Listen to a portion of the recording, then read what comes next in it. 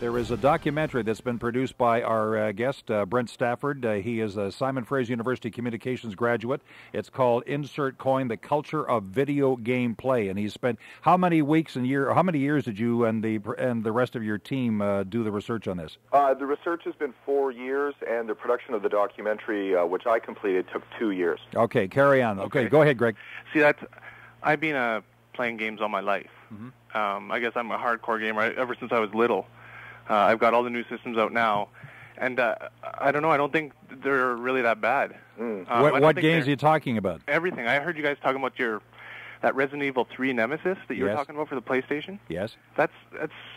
It's nothing. It's nothing. It's nothing. What kind of kick do you need to make it something? Well, a realism level maybe. How's the realism level on this one as far as you're concerned, Brent? It's a joke. It's a joke? It is. It's not. You mean it's not realistic enough? You're shooting zombies. You're shooting dead people. Yes. So shooting real people would give you that extra kick. Well, it certainly would be more impactful if they were real. Would you like to see like a greater image of a real person to be shot than the zombie? Oh no, I've seen games like that in the arcade already. And what do you think about them? Oh, it's just nothing. It's nothing. Yeah, I'm not going to go. Here's a guy who's desensitized to video games. Totally. Yeah. He's been playing all his life. No, that's not it. That's my parents raised me and showed me what was right and what was wrong, and what's make believe and what's real. Right. I'm not going to go to the arcade and play one of these games and then think, oh, I got to go out and shoot somebody because they're not going to die. But what about somebody who does do that? What about what we just talked about, the Columbine situation? That's not. See, you guys are totally trying to paint it. It's like it's either the movie industry, the entertainment industry, or video games. Mm-hmm. How about why don't we start with parenting? Mm-hmm. Oh well, absolutely. Okay, let me maybe try to just address this in a different way. It's definitely problematic to suggest that every kid that plays violent video games is going to go into a schoolyard and shoot up their friends. It's absolutely problematic to say that, and you're correct. With proper upbringing and all that, there's so many factors that go into this big huge pot that we call youth culture that can either mean that a kid's going to turn out great or a kid's not going to turn out great.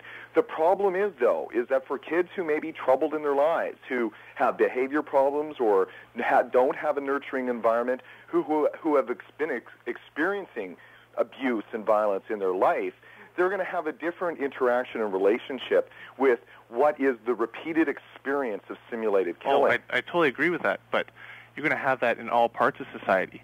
And by banning video games or saying that they're not good for you or you shouldn't let your kids play them, that's not the answer. I mean, you're going to always have those kids, right? And you're always going to have those kind of problems. You're absolutely right. I mean, I don't think anybody here, Greg, is suggesting that they be banned. I think what we're also suggesting is that when parents go out and purchase them, as an example for a Christmas gift, that they are careful the way that they are handled because, as Brent has pointed out tonight, that many parents go and buy a lot of these games, such as this, what's it called, Evil Who? What? Resident Evil. Resident Evil. They go out and buy Resident Evil, and they just they buy the box, they take it home, the kids unload it, they start playing, and they don't understand what the game's about.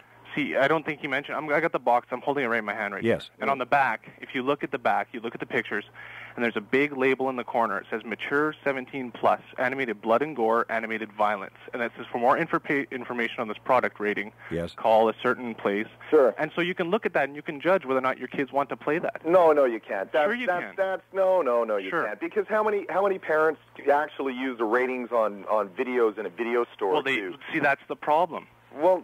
I've got some movies that anybody under the age of 18 is not supposed to be in, and parents are sitting there with kids who are 4 and 6 and 10 years of age. Well, then that's the parents' prerogative. Of course it is. But it's also a stupid way to ignore what they're trying to tell you in the industry. Well, I mean, you can look at it any way. I mean, sure you could. All right, appreciate your input. Thank you. Thanks. All right, let's take a short break. Stand by, Brent. We'll get back to you in a moment.